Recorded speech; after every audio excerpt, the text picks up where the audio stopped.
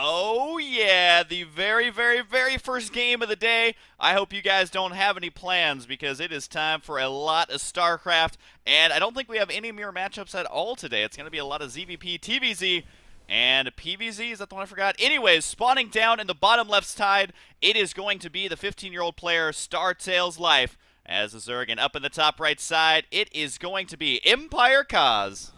EmpireKas, as I said before, is one of the best macro Terrans there is out there, period. He has other weaknesses, such as engagements maybe, sometimes can be overly greedy, but if he's in his A game, then he's actually one of the best there is. On the other hand, Life, in this matchup specifically, is a lot less risky than his image may show, such as the games versus Elfie. He's pretty straightforward, to be honest. He plays very normal in terms of double upgrade, just Ling, Infesta, Ultra. But one thing to note is because of his aggressive nature, his aggressive style, he is not afraid to all in. If he sees Cass super greedy, then absolutely will jump at the opportunity to bring him down early. Yeah, and especially on this map where it can be so tempting for either player to go for that early third base, it is relatively easy to defend. I feel like most people know the layout of this map, but if you just take a look at the third base's ramp, it basically connects to the natural ramp. So a lot of players just leave a big ball of units right there between there. You're guarding all three of the entrances of your base, and since it is so tempting, then there are a lot of different ways that you can end up punishing that. Now, we do see Kaz going to be going here for what looks like a relatively early gas. Any predictions on what this one's going to be for?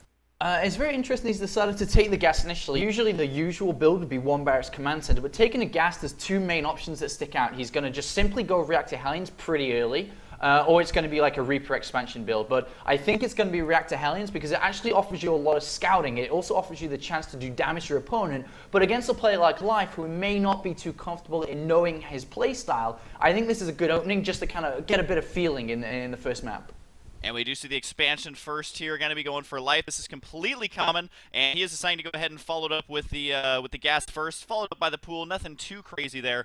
And but getting the gas first, is this telling us too much about what Life is doing, or is he just kind of playing it standard here? He's actually, he's put the cards on the table, and one of them says, I can all-in you from this if I see anything that tips me in that way. But simply can get speed, pull out of gas, and just use Zergling speed early on and just go into macro play. So we'll have to see whether he will go back into the gas afterwards, because he's going to have to take out initially. Otherwise, Cass's SCV will just see it super early on and will already be knowing what's going on. Yeah, he does indeed scout right there, sees the gas, also sees that there's 3 drones in there. He's going to want to try and hang around a little bit to see if those drones actually get pulled off or if that gas is indeed going to be used for something else, which is what we're going to have to see as well. Most likely going to get Zergling speed right away, and indeed he does. There's going to be the factory going down here for Kaz, and is he doing a reactor? Yep. Going to be doing the reactor right there, and still no second gas here, so it looks like he's going to be expanding on the back of this. You can see that he does hover about 400 resources there, does indeed decide to do that, and right now, correct me if I'm wrong, Apollo, but it looks like both players mostly just playing it safe right now. Absolutely, just feeling out the game a little bit here. I think Cass, though, with getting a factory so early on, I think he'll build, say, 4 to 6 Hellions maybe, and then with the factory out so early, he may use tanks. This is something he's been doing really early. On a map like Antigua Shipyard, tanks on the high ground here protect the entire of the natural ramp, and they can even help protect the third base too. That's something that he may use that factory for, but we should absolutely be looking at Life. What is Life doing with that gas? He's got the option to go back in now. He has the option to all-in Cass if he feels like it is. But the Overlord on the natural actually saw the expansion down a little bit later, so I don't think he's going to try to all-in because he already knows that Reactor Hellions should be making their way out. Roaches would really be the only viable option, but we do see not only 2 Hellions, but following it up with 2 more right here. And ever since the Queen changes, we haven't seen players use Hellion as much to harass the mineral line, but is going for like 6 to 8 Hellions here. Is that something Terran players still do? Yeah, absolutely. The way he's opened this up, it definitely is looking like that to be. But look at what Life is doing. He's got 18 Lings in production at this moment. So he's actually waiting to catch all of these Hellions and then launch a counterattack once the Hellions are gone.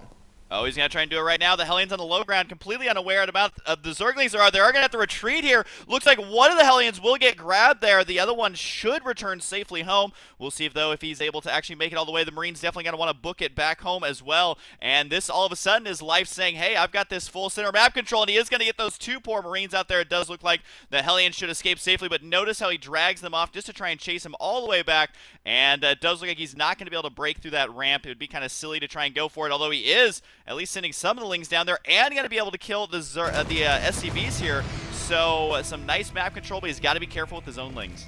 Yeah, Cass doesn't know exactly what this is, whether it be roaches and lings all in, which is why he's building a bunker here, but he has gone for blue flame really early on. Not only will this help him defend initially, but he can actually turn this around in his favor to be aggressive once blue flame is done and start to launch an attack towards the mineral line. But that was an excellent execution of a trap set to an aggressive stance there by Life, who behind this is just nothing but droning. He's got double evolution chambers coming, evolution chambers on the way, sorry, once he's got the gases down, and is just going into his usual play. So absolutely looking at 1-1 ling upgrades momentarily here. Yeah, I definitely like the way that Life is playing this out. A lot of times Zerg players just sit back until they get attacked, but he decided to go ahead and make the first strike there. And you mentioned the double Evo chambers. Also the fact that there is double gas down at the expansion. The Lings still being active on the map, though. They are going to have to watch out for that blue flame. As soon as it's done, those Zerglings are basically going to become worthless versus that amount of Hellions, but a Zergling is going to be slipping into the natural here. Still sees the saturation on the expansion, sees the Hellion count. I even think if he was looking at that, he would have saw the blue flame for that very first shot there on those Lings, and that's going to give him a big tell on exactly what's going on. But we do have the third command center here going down for Kaz. Any thoughts on getting a command center right about now? Yeah, that's absolutely fine. He's got to be careful though, because if he loses these Hellions, then he actually has nothing to protect that third command center, especially if he's not going for tanks. But he's making his way through. Blue flame has been revealed here, and all of a sudden there's only 3 queens and only a handful of Lings to defend against this at the moment.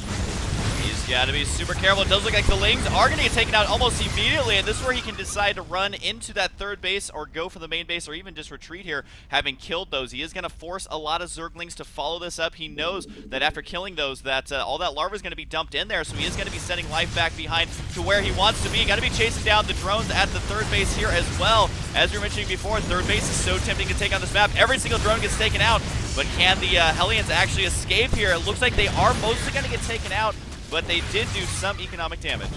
Yeah, they did some, but not enough, to be honest. If you look at the units lost tab, not that many drones were killed because there weren't that many drones on that third base in the first place. And behind that, as soon as the Lings were built, he went straight back to drone production and is now actually sitting at almost 60 drones. So Life's in a good position, but is he going to be able to hold on to the next wave of this attack, which is Marines and Blue Flames again, but with Banelings on the way?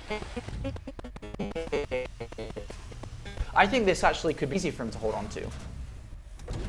And we are about to find out, as he is going to be grouping in the center of the map with those Hellions. Marines just finishing up their combat shields, but the Zerg player does have centrifugal hooks on the way, as well as the 1-1, so he should be in a pretty good spot to defend this. It is going to come down to that Hellion control. They have spotted one Spinecrawler on the way, but more importantly, they spotted the Banelings morphing, and that's going to be a big tell on how he's planning to hold this off. So once your opponent is going for a Zergling and Baneling, it basically just comes down to the control, and we can see him right now trying to just make sure he controls these Hellions perfectly. That Spinecrawler, though, is going to be enough to hold against this for now, but he needs to be careful not to overextend himself past the Spinecrawler, because that is just a lot of dead units waiting to happen. But he does decide to go ahead and go for it right now. The Banelings might actually get some hits here. No, not quite yet.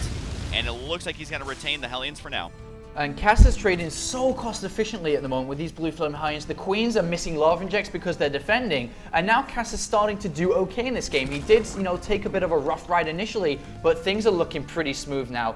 He has Stim on the way, double engineering bay, tanks, siege mode too, and even has that third base flying over to take that saturated base already here. And he does have that Overlord there, though, puking the creep. I think they said it was something like 60 in-game seconds is about how long it takes to clean that one out. So that's going to be extremely frustrating. And we do see 2-2 on the way, as well as Pathogen Glands. That does mean the Infestor tech is going to be super powerful here moving forward. The Hellions really not going to be that viable anymore. That is exactly why he's going to be switching over to tanks, as we do see him actually doing right now, adding on a lot more production facilities for Cass, and we do see a fourth base going to be going down for Life. Securing a fourth base on this map can be so frustrating for any player just because it's so far out of the way. He is going to go ahead and take the one that is easiest to secure here, though. And right now, I mean, do you have any thoughts on exactly... Oh! Can the Hellions get away right here? But do you have any thoughts on kind of where both these players are at right now in the game? Well, if you look at, right now, 1-1's finishing for Cass, but 2-2 is much further ahead here for Life. Because of the investment of Blue Flame, getting tanks out, the double engineering bay was quite delayed, so any form of attack that Cass tries to revolve around his timings, which will naturally be 2-2 and then +1 vehicle weapons, the Hive and the Greatest Spy will probably already be done here, so Cass is actually behind. And with the Infestors out in the middle of the map too, that's got to be so careful, because if Kas gets, caught with a lot of links that are now being built, if he loses those units in the middle, he will hardly have any upgrades and also hardly have any units on the map. Is transferring over a lot of drones right now as well, and the hive is indeed about a third complete here right now. That's exactly what Kaz is going to have to be worried about here. It kind of reminds me of PvZ, where you want to try and hit it right before that Broodlord tech kicks in. But with the 2-2 upgrades, I mean, he can just power Lings for defense here, and they're going to be relatively cost-effective versus what we're seeing. I mean, the 2-2's nowhere near completed. Medevac count's looking pretty low here, but that third base is up and running for Kas right now, but he needs to make sure that when he attacks, he just sends almost everything that he has. But it's going to be definitely tough, especially now that the macro of our Zerg player is starting to kick in. The Infestor count is looking pretty good. They're pretty high on energy as well. Big Fungals in the center of the map, and that's going to be something he's going to have to not allow to happen again. Although losing the Infestors, that was about 4 or 5 Infestors right there. And for the cost, I don't think it was worth it. I mean, yeah, he's able to stay ahead in supply, but those Infestors are so costly right now. If you take a look at the units lost, you can see almost double there for Startail's life, and he wants to be using that gas on those Broodlord tech, not on spinning out for more Infestors. And on top of that, you want to use the Infestors to protect the Broodlords. So I think that was kind of a really nice victory here for Kas, but he's still not out of the water yet. He's not. That was really, as you pointed out there. But right now, Kas is getting a bit comfortable with his little lead that he has in terms of everything, with, as you pointed out. But right now, Fungals and Banelings can bring him down easily. He is going to get killed right there. The big army getting cut in half immediately. The siege tanks attacked by the Zerglings, which is never a comfortable situation here. And the Marines trying to scream down here to reinforce, but I think this is exactly what Startail Life needed. He retained those Infestors, which is the most important unit right there, and basically did damage with Zerglings and Banelings, but the units lost still favoring the Terran player right here. A little bit of micro is going to clean up some of these Banelings and Zerglings, but that army has been taken out. How's the reinforcements looking like at the main base? Neither player macroing absolutely perfectly here.